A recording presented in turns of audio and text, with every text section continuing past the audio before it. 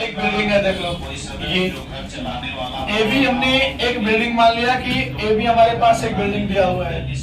उस बिल्डिंग का हाइट नहीं मालूम, उस बिल्डिंग का हाइट नहीं मालूम। इसी बिल्डिंग का हाइट हमको पता करना है, जैसे कि A B is equal to what, ये पता करना है। कहता है कि ग्राउंड से 7 मीटर एबव एक टावर है, ग्राउंड से 7 मीटर ऊंचा एक टावर से, तो 7 मीटर ऊंचा यही टावर है ना। यहाँ से angle of elevation of the top of the tower, मतलब इसी पॉइंट से किसको देख रहा है, टावर के टॉप को देख रहा है। तो जब टावर के टॉप को देखता है तो एंगल बनता है कितना डिग्री का, 60 डिग्री का। तो 60 डिग्री एंगल बनाने के लिए हम लोग ग्राउंड को तो बनाना ही पड़ेगा।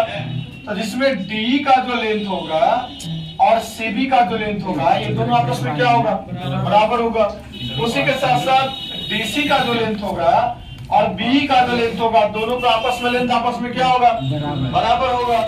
जब ये बराबर होगा, फिर यहाँ पे सवाल ये आ रहा है कि इसी टॉप से टॉप को देख रहा है 60 डिग्री, और इसी टॉप से बॉटम को दिख रहा है, बॉटम ये कितना डिग्री बनेगा, 45 डिग्री बनेगा। कितना डिग्री बनेगा, 45 डिग्री बनेगा। जब ये 45 बनेगा तो भाई ये भी 45 हो जाएगा। कैसे, अब लिखिएगा इसको एंगल को, ई डी बी बराबर डी बी सी। क्यों, क्योंकि angle of depression is equal to the angle of elevation. ये दोनों आपस में क्या होता है, बराबर होता है। अब फिर हम लोग कहाँ पे चलेंगे, इन ट्रायंगल डी सी बी में जब चलेंगे तो tan 45 की जो वैल्यू होगा वो कितना होगा, डीसी अपॉन क्या होगा, बीसी, डीसी अपॉन बीसी। 45 1 होता है, डीसी कितना 7, बीसी कितना, बीसी रहेगा। तो बीसी बराबर हो जाएगा 7 मीटर। बीसी की वैल्यू कितना आ गया, 7 मीटर। और जैसे ही बीसी का लेंथ आया तो ये भी लेंथ हो जाएगा, ये कितना हो जाएगा, 7। अब इधर से ये 7 है तो ये भी कितना हो जाएगा, 7। और जो नहीं मालूम है उसको क्या मान लिए, x मान लिए। अब जैसे हम लोग x मानेंगे तो चलेंगे इन ट्रायंगल AED में, AED में।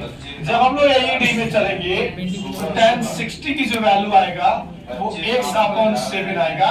और tan 60 मतलब कितना, √3 होता है, और x अपॉन 7, तो x की वैल्यू कितना आ गया, 7√3। x की वैल्यू क्या आ गया, 7√3।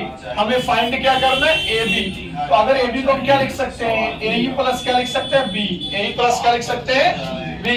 और जब हम AE प्लस B उसको लिख सकते हैं, जबकि हमको B कितना मालूम है, 7, और ये कितना मालूम है, 7√3। तो आंसर आप ये भी कर सकते हैं 7 × √3 + 1, 7 × √3 + 1 भी कर सकते हैं। लेकिन एक बात आपको ध्यान देना है कि एग्जामिनेशन में हमारे पास आंसर नहीं होता है। अरे हेलो, किस दुख में खोया कि AB बराबर क्या हो जाएगा, A + B, यानी 7 × √3 + 1, 7 × √3 + 1, ये आपका आंसर हो गया।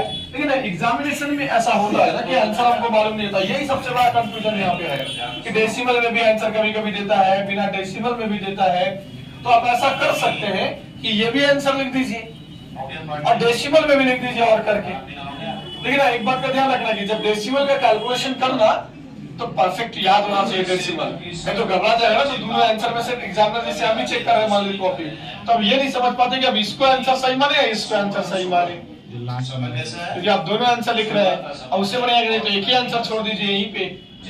लेकिन जहां पे कह देगा कि वैल्यू पुट करना है तो आप वैल्यू उसका पुट कर दीजिए तो ज्यादा अच्छा है। ठीक है, ये सवाल समझ में आ गया।